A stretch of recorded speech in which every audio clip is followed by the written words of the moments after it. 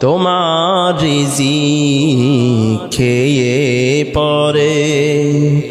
অবাধ্য হই কেমন করে তোমার রিজিক খেয়ে পরে অবাধ্য হই কেমন করে খুঁজে না পাই কোনো ভাষা খুঁজে না পাই কোনো ভাষা শুকুর গুজার করার আল্লাহ সুবহানাল্লাহ